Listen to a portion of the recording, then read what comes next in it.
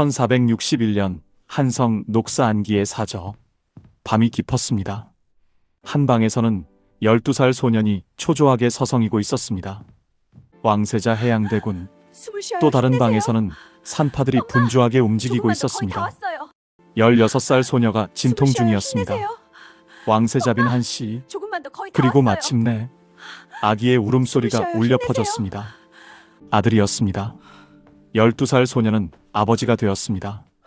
조선 역사상 가장 어린 나이에 세조는 심히 기뻐했습니다. 천하의 일에 무엇이 오늘의 기쁜 경사보다 더하겠는가. 하지만 사흘 후 왕세자빈이 세상을 떠났습니다. 산후병이었습니다. 12살 소녀는 아버지가 되자마자 아내를 잃었습니다.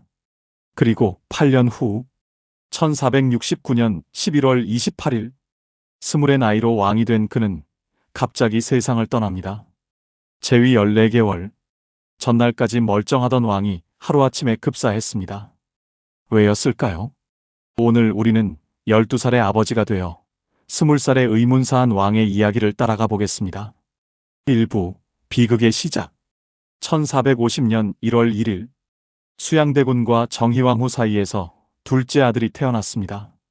이름은 훗날 예종이라 불리게 될 아이였습니다. 그에게는 12살 위에 형이 있었습니다. 의경세자, 뛰어난 재능과 인품을 지닌 형이었습니다. 둘째 아들은 형의 그늘에서 조용히 자랐습니다. 하지만 운명은 잔인했습니다. 1457년 의경세자가 갑자기 세상을 떠났습니다. 나이 27살 예종은 형을 잃었습니다.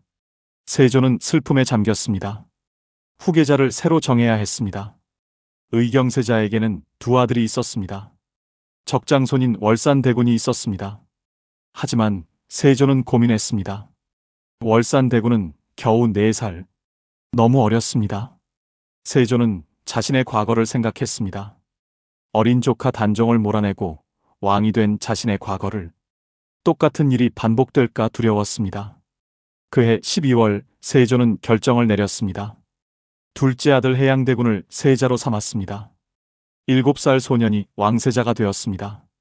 세조는 세자를 엄하게 가르쳤습니다. 훈사 10조항을 내려주었습니다. 한결같은 덕을 가질 것, 신을 공경할 것, 간언을 받아들일 것, 사람의 재주가 아닌 마음을 볼 것. 세자는 아버지의 가르침을 가슴에 새겼습니다. 1460년 11살이 된 세자에게 혼인이 정해졌습니다. 신부는 한명회의 딸, 장순왕후 한씨, 나이는 16, 세자보다 5살 많았습니다. 세조실록은 기록하고 있습니다. 해양대군이 상당부원군 한명회의 딸에게 장가들었다. 그리고 1년 후 1461년 놀라운 일이 일어났습니다. 밤에 왕세자빈이 녹사안기의 사저에서 아들을 낳았습니다. 세조는 심히 기뻐했습니다. 즉시 한명회와 홍응을 불렀습니다. 천하의 일에 무엇이 오늘의 기쁜 경사보다 더하겠는가. 원손이 태어났습니다. 이름은 인성대군. 세자의 나이 12살. 조선 역사상 가장 어린 나이에 아버지가 된 왕이었습니다. 하지만 기쁨은 오래가지 못했습니다. 사흘 후 왕세자빈 한씨가 안기의 사저에서 졸하였다. 산후병이었습니다. 17살의 젊은 나이에 세상을 떠났습니다. 12살 소녀는 아버지가 되자마자 아내를 잃었습니다. 그러나 더 큰 비극이 기다리고 있었습니다. 2년 후 1463년 원손이 풍지를 얻어 불행을 당하였다. 인성대군이 세상을 떠났습니다. 나이 겨우 3살. 세자는 아들마저 잃었습니다. 그해 세조는 세자에게 새 세자빈을 드렸습니다. 한백륜의 딸, 안순왕후 한씨, 한명회와 인척이었습니다. 안순왕후와의 사이에서 다시 아이들이 태어났습니다. 제한대군과 현숙공주, 세자는 다시 아버지가 되었습니다. 하지만 첫 아들 인성대군을 잊을 수 없었습니다. 12살의 품에 안았다가 잃어버린 아들. 그 상처는 평생 그의 마음에 남았습니다. 2부 왕이 되다. 세월이 흘렀습니다. 세자는 아버지 세조 곁에서 정치를 배웠습니다. 1466년 세조가 문묘에 제사를 지낼 때 세자가 아헌관으로 참여했습니다. 모두 법도에 맞았습니다. 보고 듣는 사람들이 말했습니다. 우리 성상의 아들이요. 우리 백성의 복이로다. 세조의 병환이 깊어지자 세자는 신숙주, 한명회, 구치관 등 대신들과 함께 서무를 보기 시작했습니다. 세조는 기뻐했습니다. 이를 부탁할 사람을 얻었으니 내가 근심이 없다. 1468년 9월 7일 세조가 세자에게 왕위를 물려주었습니다. 다음 날 세조는 세상을 떠났습니다. 19살 젊은 왕이 탄생했습니다. 예종. 그러나 실권은 없었습니다. 어머니 정희왕후가 수렴청정을 시작했습니다. 조선 역사상 최초의 수렴청정이었습니다. 세조가 만든 원상제가 시행되었습니다. 한명회, 신숙주, 구치관 세 대신이 국정을 주도했습니다. 예종은 강력한 왕권을 원했습니다. 아버지처럼 나라를 이끌고 싶었습니다. 하지만 현실은 달랐습니다.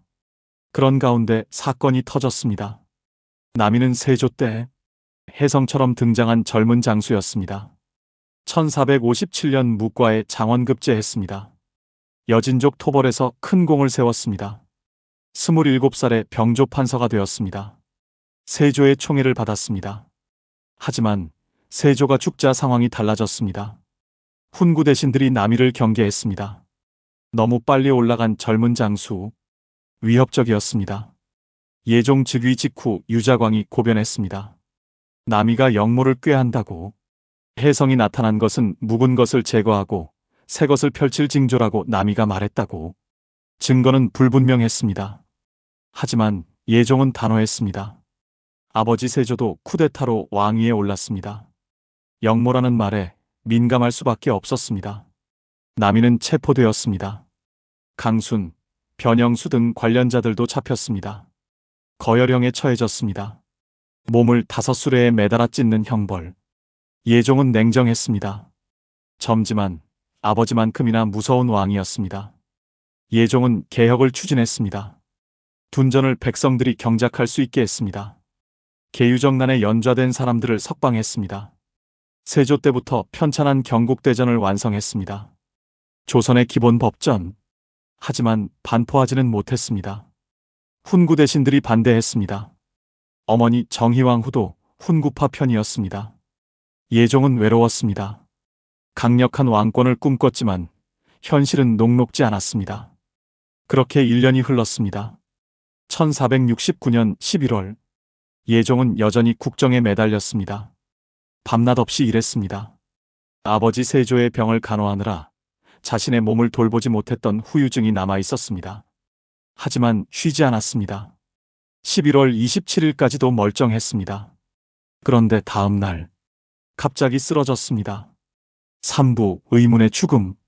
1469년 11월 28일 새벽 예종이 잠이당에서 숨을 거두었습니다. 나이 20.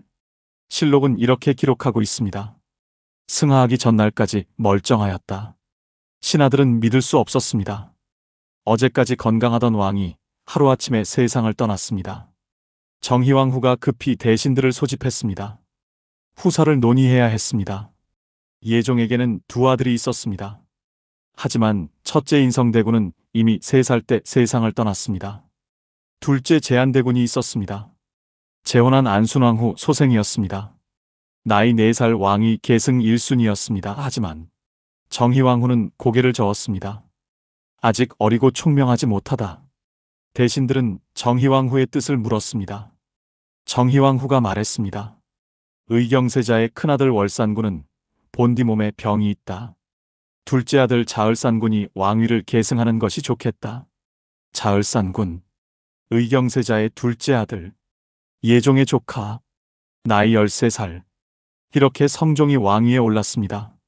제한대군은 왕이 되지 못했습니다. 어엿한 임금의 적장자. 하지만 왕위 근처에도 가지 못했습니다. 제한대군은 평생 풍류를 즐기며 살았습니다. 학문의 뜻을 두지 않았습니다. 상소를 올릴 때는 한문이 아닌 한글로 썼습니다. 실록은 그를 이렇게 평했습니다. 성격이 어리석어서 남녀관계의 일을 몰랐다. 하지만 어떤 이들은 말했습니다. 일부러 어리석은 척한 것이라고. 살아남기 위해서였다고. 왕위를 빼앗긴 왕자의 생존법이었다고. 그런데 의문이 남았습니다. 왜 예종은 갑자기 죽었을까? 일부 학자들은 의심했습니다. 한명회의 독살이 아니었을까?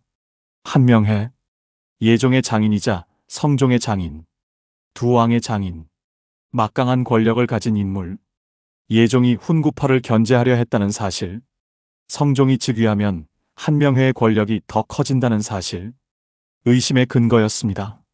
하지만 증거는 없었습니다. 실록 어디에도 독살이라는 기록은 없습니다. 현대 의학자들은 다른 해석을 내놓습니다.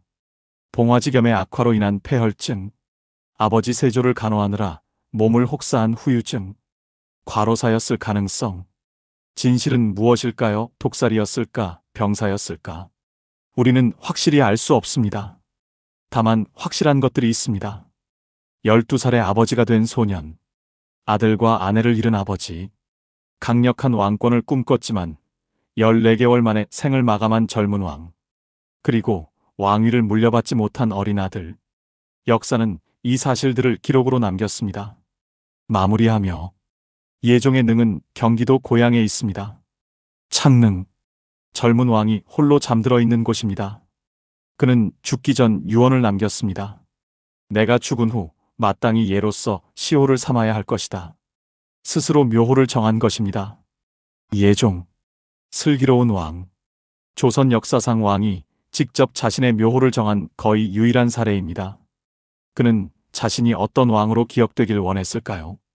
12살의 아버지가 되었지만 아들을 지키지 못한 아버지, 왕이 되었지만 아들에게 왕위를 물려주지 못한 왕, 경국대전을 완성했지만 반포하지 못한 개혁가, 그의 아들 제한대군은 예종이 죽은 뒤 56년을 더 살았습니다.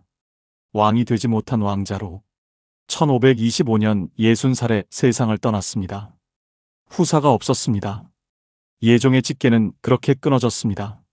하지만 예종이 완성한 경국대전은 남았습니다. 그가 죽은 후 성종이 반포했습니다. 조선 500년을 지탱한 기본법전. 예종의 업적은 그렇게 역사에 남았습니다. 20해의 짧은 생애, 14달의 짧은 재위. 하지만 그는 최선을 다했습니다. 역사는 그를 기억합니다. 예종, 12살의 아버지가 되어 20살의 세상을 떠난 비운의 왕으로